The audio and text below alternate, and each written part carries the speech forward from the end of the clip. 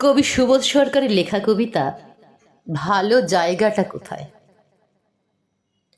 দুপুরে ঘুম থেকে উঠে আমার 3 বছরের ছেলে বলল, বাবা আমাকে একটা ভালো জায়গায় নিয়ে যাবে? আমি চমকে তাকালাম 3 বছরের দিকে, 3 বছরের চোখের দিকে, 3 বছরের ঠোঁটের দিকে, ফুটে ওঠা বিন্দু বিন্দু ঘুমের দিকে। আমি বললাম, যা তো, চিড়িয়াখানাটা নিয়ে আয়, সিংহটার খুব খিদে পেয়েছে, বাঘটা তাড়া করেছে হরিণকে। সে বলল, না, আমাকে একটা ভালো জায়গায় নিয়ে চল। পাশের ঘরে গিয়ে একটু কাঁদলো, বন্দুক চালালো। তারপর কোথা থেকে কালমার্ক্সে একটা ছেঁড়া ক্যালেন্ডার এনে বলল, এই দাদুটাকেও নিয়ে যাব, ট্রেনে করে, নৌকা করে। এই বাবা, বাবা একটা ভালো জায়গায় যাবি? ভিক্টোরিয়া নিয়ে এলাম।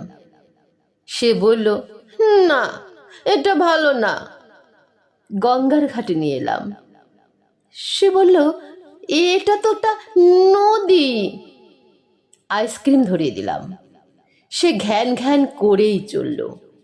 বিরক্ত হয়ে 8টা নাগাদ বাড়ি ফিরে দেখি তখনও মেঝেতে গড়াগড়ি খাচ্ছেন ছেঁড়া কালমার্ক্স। ছেলেকে বললাম, শোন, এই দাদুটাও আমাদের একটা ভালো জায়গায় নিয়ে যাবে বলেছিল। সেই রবিবারে কোনো ট্রেন ছিল না, নৌকা ছিল না। মিনিট 2 চুপ। কি ভাবলো কে জানে। তারপর আবার ঘ্যান ঘ্যান। বল দিলাম, রোবট দিলাম, জাহাজ দিলাম, চর বসাবো কিনা ভাবছি। তখনই পৃথিবীর সবচেয়ে কঠিন প্রশ্নটা সে করলো, এই বাবা, কাল একটা ভালো জায়গায় নিয়ে যাবি তো? কাল? নমস্কার।